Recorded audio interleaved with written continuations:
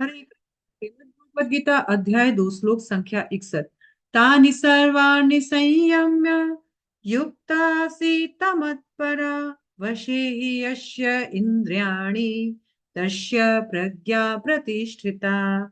जो इंद्रियों को पूर्णतः वश में रखते हुए इंद्रिय संयम करता है और अपनी चेतना को मुझ में स्थिर कर देता है, वह मनुष्य स्थिर बुद्धि कहलाता है।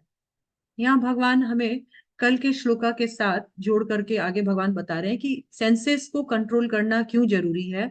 बड़े से बड़े योगी मुनि भी सेंस कंट्रोल करने में फेल हो जाते हैं जब तक वो अपनी इंद्रियों को मेरी सेवा में नहीं लगाते हैं, भगवान की सेवा में नहीं लगाते हैं।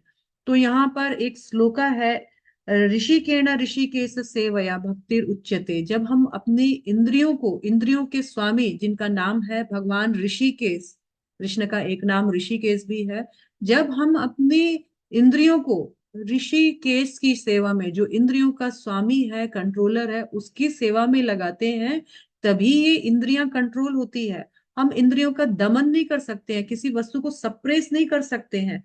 हम देखे बिना, सुने बिना, टेस्ट किए बिना नहीं रह सकते हैं। लेकिन उसी चीज को यदि हम भगवान के साथ जोड़ कर कर लेते हैं, तो भगवान यही बोल रहे हैं कि जब पूरी तरह से इंद्रियों को भगवान की सेवा में लगा करके जब मत परा हुआ जाता है, मत परा मतलब मेरे परायण यानी मेरे भक्त बन जाता है, जब व्यक्ति जानता है कि भगवान ही एकमात्र सेवा का ऑब्जेक्ट है, तो इस तरह इंद्रियों को वश में कर करके वो प्रतिष्ठिता, प्रज्ञा प्रतिष्ठिता मतलब पूर्ण रूप से स्थित प्रज्ञ हो जाता है, पूर्ण रूप से प्रतिष्ठित हो जाता है अपने ज्ञान में। और इस प्रकार से वो भगवान की सेवा करके अपनी इंद्रियों को भगवान की सेवा के द्वारा इस जीवन में मुक्त कर लेता है। हरे कृष्णा।